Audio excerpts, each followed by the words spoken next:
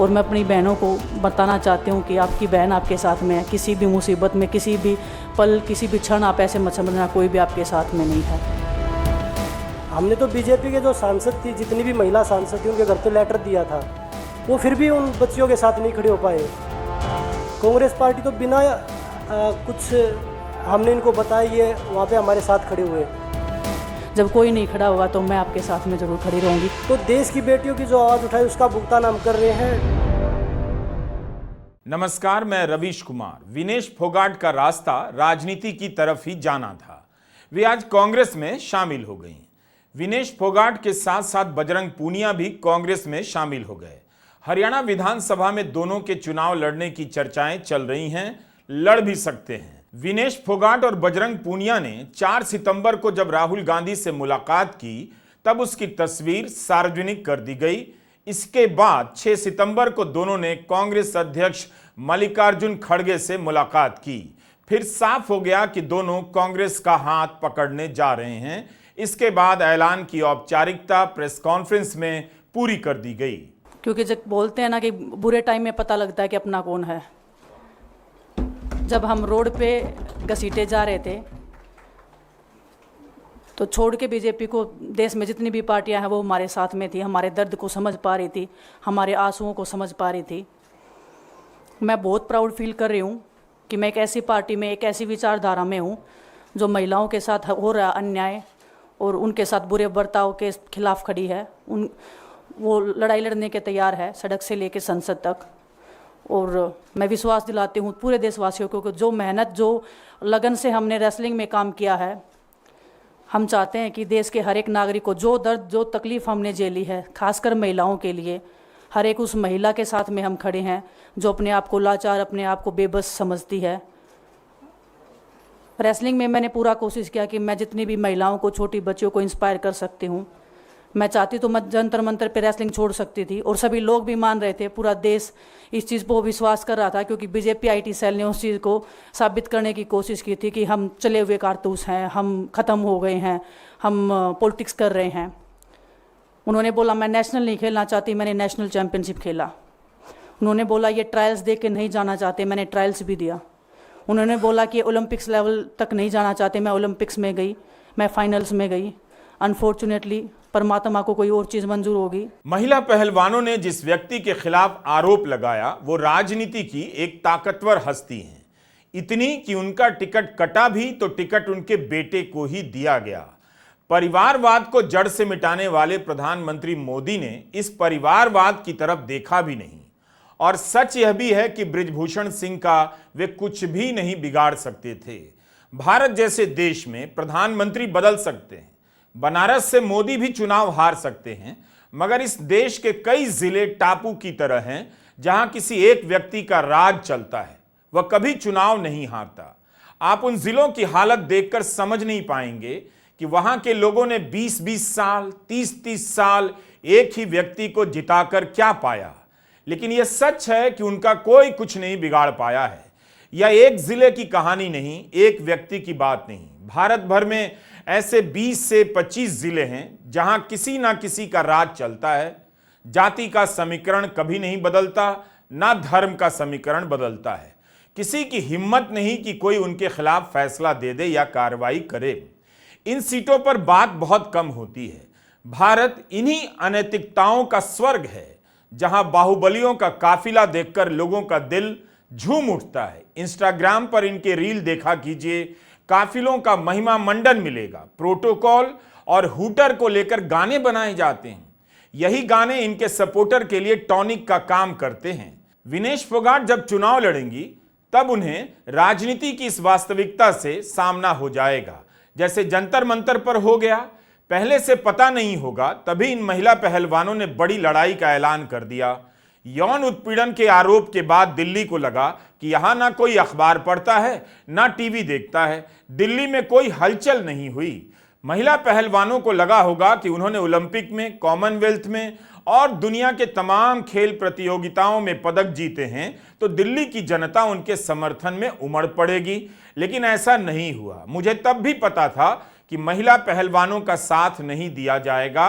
इनसे कहीं ज्यादा इंपॉर्टेंट है राजनीति के लिए बृजभूषण सिंह। और वही हुआ। जबकि विनेश, साक्षी और बजरंग ने मंदिर में रात गुजारी, सुबह सुबह प्रसाद से नाश्ता किया, जंतर मंतर पर आ गए। आंदोलन लंबा चला। अंत में हताश होकर साक्षी मलिक ने खेल से ही संन्यास ले लिया और विनेश फोगाट ने ओलंपिक के बाद हफ्तों का धरना प्रदर्शन चलता रहा। इसके बीच भी विनेश फोगाट ओलंपिक के लिए जूझती रहीं, तैयारी करती रहीं, पदक तक पहुंचकर खाली हाथ लौट आईं।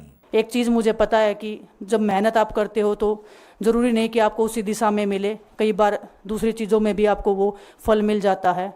और परमात्मा ने मुझे मेरे देश के लोगों की सेवा करने का जो मौका दिया है, वो मैं मानती हूँ कि उससे बड़ा पुण्य का काम कोई नहीं हो सकता है। विनेश फोगाट को राजनीतिक रूप से अलग तो किया ही जा रहा था। जिस दिन विनेश फोगाट 3-3 मैच जीतती हैं, भारत के प्रधानमंत्री नरेंद्र मोदी उनके लिए कोई ट्वीट नहीं करते हैं। जैसे ही विनेश के पदक मिलने की आस टूट जाती है, तब सहानुभूति जताने के लिए जरूर ट्वीट करते हैं। किसी को भी समझ में आ जाएगा क्या चल रहा है। 17 अगस्त को विनेश फोगाट दिल्ली आती हैं। जनता भव्य स्वागत करती है। कई घंटे लग जाते हैं दिल्ली से अपने गांव पहुंचने में।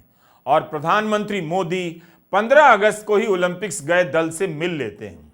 ऐसा कुछ भी नहीं था कि 15 अगस्त को ही मिला जाए। यह कार्यक्रम विनेश के आने के बाद भी किया जा सकता था। प्रधानमंत्री मोदी चाहते तो विनेश का इंतजार कर सकते थे, लेकिन उसके पहले ही ओलंपिक्स खिलाड़ियों से मिलने का कार्यक्रम संपन्न कर लिया गया।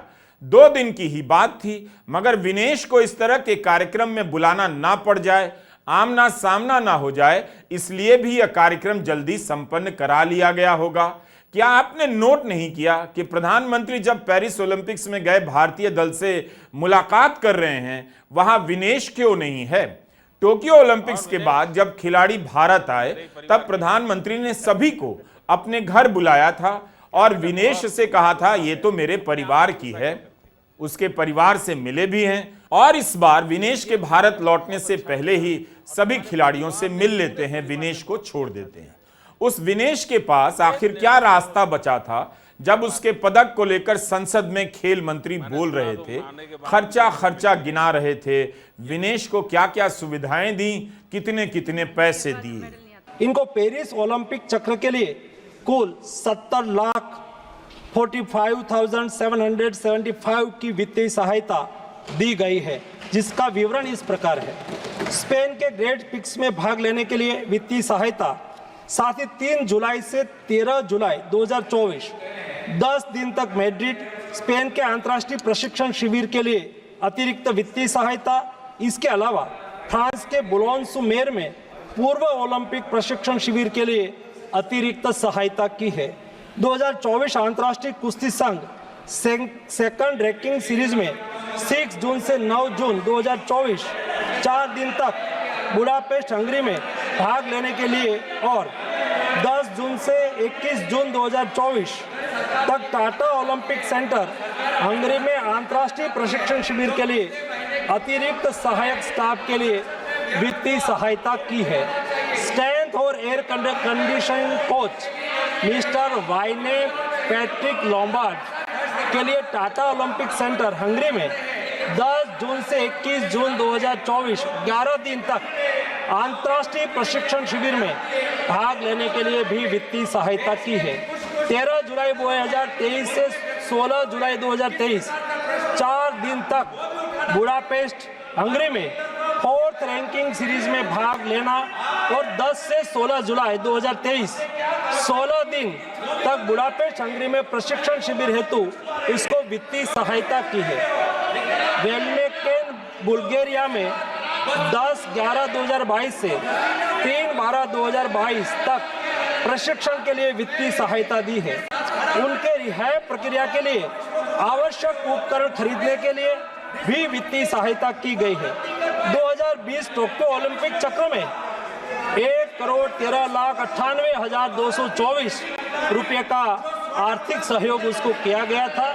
224 पेरिस ओलंपिक चक्र में भी टारगेट ओलंपिक पोडियम स्कीम में 53,35,746 और वार्षिक ट्रेनिंग एवं स्पर्धा कैलेंडर में 17,10,000 कुल मिला के 17,45,775 रुपया हमारे खिलाड़ी को आर्थिक सहायता करके उसको सक्षम करा गया। विनेश फोगाट को राजनीति में जाना ही था। यह उसी दिन तय हो गया था जिस दिन सभी जंतर मंतर पर उतरे।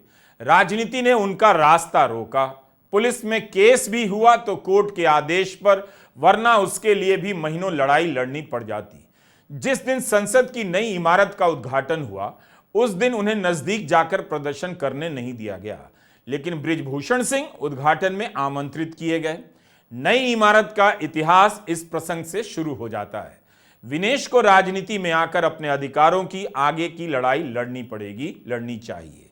जैसे हिंसा की घटना के बाद लड़कियां रातों को शहर में निकलती हैं और खौफनाक हो चुके शहर के कोने कोने पर अपना दावा करती हैं, उसी तरह विनेश को राजनीति के मैदान में उतरकर अपनी जगह की दावेदारी करनी चाहिए।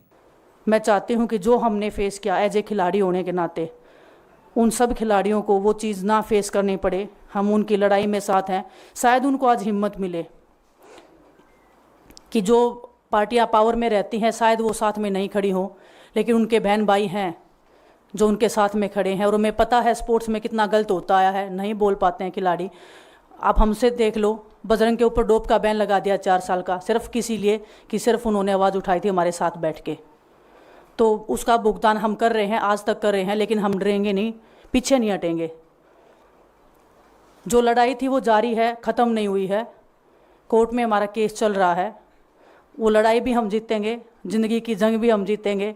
खेल में जैसे हमने कभी हार नहीं मानी है, तो हम इस नए प्लेटफॉर्म पे जो आ रहे हैं, देश की सेवा का भाव, और सिर्फ बोलने तक सीमित नहीं रहेगा। ये हम दिल से हमने खेल किया है और दिल से हम ये काम करेंगे, जी जान से मेहनत करेंगे, अपने लोगों के बीच में रहेंगे। जो भी हम अपने लोगों का भला कर सकते हैं, चाहे कितना ही % हमारे हाथ में होगा, वो हम करने की कोशिश करेंगे। आप याद कीजिए, जब महिला पहलवानों का धरना शुरू हुआ तब पहलवानों ने किसी को मंच पर नहीं आने दिया, लेकिन तब भी सरकार की तरफ से कोई उनके पास नहीं गया।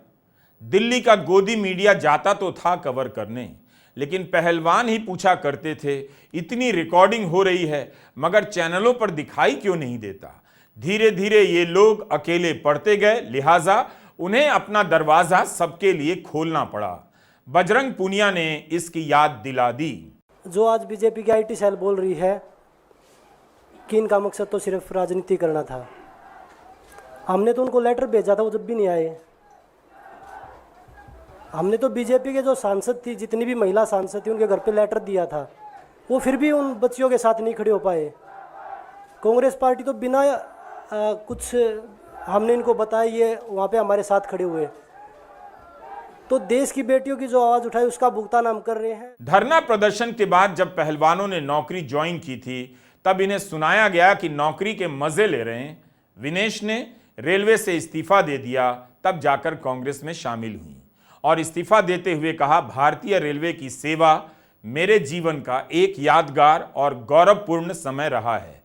जीवन के इस मोड़ पर मैंने स्वयं को रेलवे सेवा से पृथक करने का निर्णय लेते हुए अपना त्यागपत्र भारतीय रेलवे के सक्षम अधिकारियों को सौंप दिया है। राष्ट्र की सेवा में रेलवे द्वारा मुझे दिए गए इस अवसर के लिए मैं भारतीय रेलवे परिवार की सदैव आभारी रहूंगी।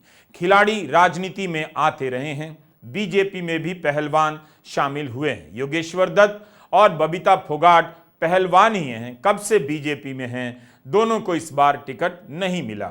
अब जब चर्चा चल रही है कि विनेश को टिकट मिल सकता है, तो बबीता फोगाट ने भी ट्वीट कर एक तरह से अपने टिकट ना मिलने के मसले पर जवाब दिया है। उन्होंने अपने ट्वीट में लिखा है कि वे आज भी नेतृत्व के साथ खड़ी हैं और पार्टी के साथ खड़ी हैं, कार्यकर्ताओं के बीच जनता की सेवा के लिए मौजूद हैं। बीजेपी विनेश के मामले में उनके खेल के मैदान पर होते हुए भी उनकी राजनीतिक पक्षधरता को लेकर सवाल उठा रही थी। आप राजनीति में आने के बाद उनके फैसलों और बातों को राजनीति की नज़रों से देखते हैं, लेकिन जब वे मैदान में थीं उस समय की उपलब्धियों को कभी राजनीति की नज़रों से नहीं देखा जाता। यही परंपरा रही है। विनेश फोगाट ने कुश्ती का अतीत पीछे छोड़ दिया।